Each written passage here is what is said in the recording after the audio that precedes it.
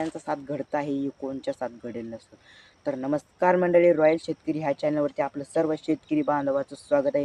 तर रॉयल शेतकरी बघत आहात श्री आपलं सर्वांचं एका नवीन व्हिडिओमध्ये आपलं सर्व शेतकरी बांधवाचं स्वागत आहे. तर शेतकरी बांधवांनो, तुम्ही बघत असाल की आता काय झालं आहे की आपलं जे शेतकरी आहे, शेतकऱ्यांना प्रत्येक वेळी सूचत राहत आहे की ह्या कंपन्या आपलं लॉन्च करत आहात. म्हणजे शेतकऱ्यावरती खूप मोठं संकट आता धरून बसलं आहे की प्रत्येकाचं कंपनी लॉन्चमध्ये जात नाही, कोणचीच कंपनी लॉन्चमध्ये जात नाही. आपल्या शेतकऱ्यांचा जो माल आहे तो लॉन्चमध्ये जातो आहे. तर तुम्ही म्हणताल का बरं? तर आताचं काय झालं, हा प्रश्न फक्त थंबनेलवर बघितला असेल तुम्ही, साबण, सोड्याचा पुडा आणि बिस्किटचा पुडा.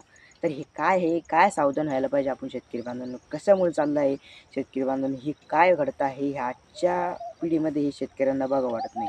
तर हे कसं होत आहे? काय होतं आहे? कोणालाच माहीत नाही. शेतकरी संकटात आहे. याच्यापुढे काय होणार आहे अजून कोणाला सुद्धा माहीत नाही.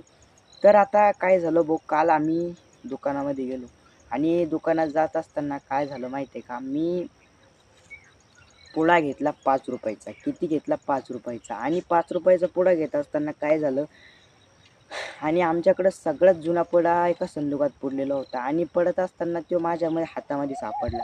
मग त्याचा विचार केला, याच्यात तर 10 बिस्किट आहे आणि याच्यामध्ये 5च बिस्किट आहे. असं का घडत असेल? असं का होत असेल? आमच्या मनामध्ये, शेतकऱ्यांच्या मनामध्ये विचार येत असेल. तर असं का झालं? का होत नाही? भाव तर तोच राहिला. पुड्याचा भाव तर तोच आहे हो. पुड्यामध्ये अजिबात बदल त्यांनी केला नाही. पण त्यांना काय कमी केलं मी आज तुम्हाला सांगणार आहे. प्रत्येक साबणीमध्ये काय कमी केलं?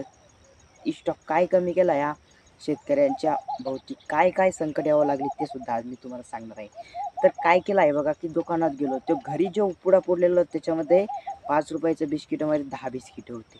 तर 10 बिस्किटं निघली आणि जो पुडा आणलेला त्याच्यामध्ये फक्त आणि 5च बिस्किट राहिले. ते असं का घडलं ते पण सांगतो. तर शेतकरी बांधवांनो, ह्या कंपनीवाल्यांना त्यांचं नुकसान होऊ नये म्हणून त्यांनी काय केलं, जराशी जरी नुकसान झाली तर त्यांना 5 बिस्किटं कमी केले एका पुड्यामध्ये. फक्त 5च बिस्किट येऊ लागले. असे शेतकऱ्यांचे सावधान झालंच पाहिजे. काहून की असं हे लॉन्च होऊ देत नाही कंपनी. तसं आपल्या मालाचं कोण भाव देतं? कोणी देत नाही ना. तसं आपलं जर लॉन्च झालं तरी विकावं लागतं आणि बनवून कुठून राहिलं? आपल्या शेतामधूनच सारं बनतं.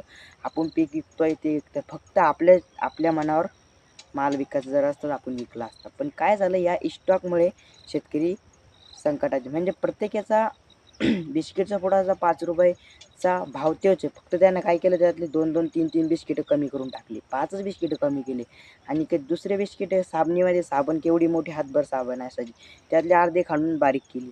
सोड्याचा पुडा किती मोठा असायचा त्यामध्ये कमी केलं. मग असं काय केलं शेतकरी बांधव सावध. हेच आपण याच्यावरचा आज व्हिडिओ होता. काहून की हे त्याच्यावरती स्टॅक लावलं जातात. 30 रुपयाचे साबण 20 रुपयाला, 20 रुपयाचे साबण 10 रुपयाला. तर बांधवांनो, त्याचे भाव तेच राहिले, पण त्याच्यामध्ये कमी काय राहिले सांगा बरं? त्याच्यामध्ये सारं कट करून टाकलं आणि एवढं बारीक फोनासारखी साबणी काढलं बघा.